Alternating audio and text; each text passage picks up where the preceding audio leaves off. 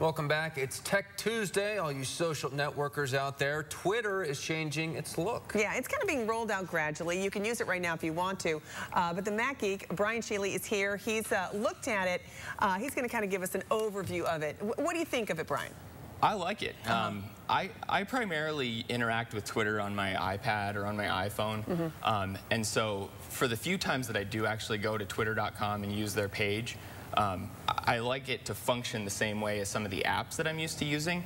And that's one of the things that Twitter has done with their website is they've made it function more like one of the apps that they have for the iPad or for the iPhone, or even for a desktop application like TweetDeck or Seismic that a lot of people are used to using. So yeah, about 3 weeks ago they announced that they were rolling out the new Twitter design. And so people have been having the option to switch over. So probably right now, if you go onto twitter.com and you look up at the top of the page, there'll be a button there that gives you the choice of switching over to the new interface. And this is a really big deal. Twitter, they have about 160 million users, and Twitter has actually said that they have 75% of their user base interact with Twitter on twitter.com. So you're talking like 120 million people interacting with twitter.com on their webpage. So when they say that they're rolling out their new website, it's a pretty big deal. And I also noticed, like on the thing too, if you don't like it or if you don't like something about it, you can actually tweet them and let them know. Yeah, and they have a hashtag. It's called New Twitter, and so you can tweet them and let them know what you think. And that's why they're rolling it out gradually, so that they can get people's feedback, they can get some information about it, so they can figure out, you know, how to change it, how to make it better. But one of the things that twitter.com does really well now is handling multimedia. And before it was sort of a little clunky.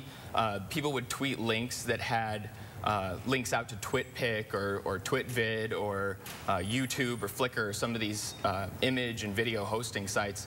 And so then you'd have to click the link, and then it would take you out to a new browser window or a new tab, and then you'd have to navigate back to Twitter after that. What the new interface has given you now is the ability to click on a tweet, and a panel slides out on the right-hand side of the screen, and then you can see the picture right there on the screen without having to click around. You can watch the video right there on the screen. And the panel that slides out actually gives you quite a lot of information about the tweet, about the person who's posted that tweet. And so you actually have a lot more access to information with much fewer clicks than you used to have to do with the old Twitter design. Next couple weeks, gradual rollout. Will everyone have to switch though, or is it eventually optional? They're going to the new format. So there will come a time where, you know, the drop dead date where they just say, okay, now everybody switches over.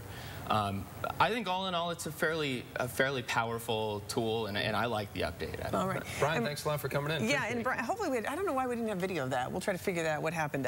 We'll show you what the new Twitter page looks like. But then Brian's going to join us in the next hour because we've got the new iPod Nano that is out, and he's wearing it on his wrist like a watch. So it does some pretty cool stuff. He's going to share that with us coming up at 6:20. So join us then as well. Brian, all right, let's get a so quick check at traffic.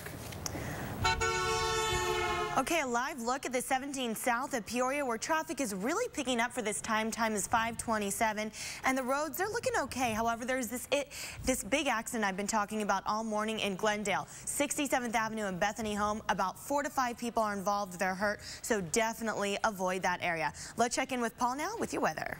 Quick look at that 7-day planner, and cooler weather. That's the highlight this week. 89 today with the chance of rain, and we've got about a 60% chance of showers.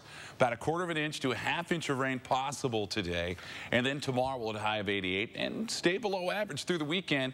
After the clouds and showers, the next 24 to 48 hours, we'll see clearing skies as the weekend approaches. Back to you. Great. Thanks, Paul. We've got another CBS 5 News Blitz just 90 seconds away. That's today's top stories, and we give them to you every 15 minutes. We'll be right back.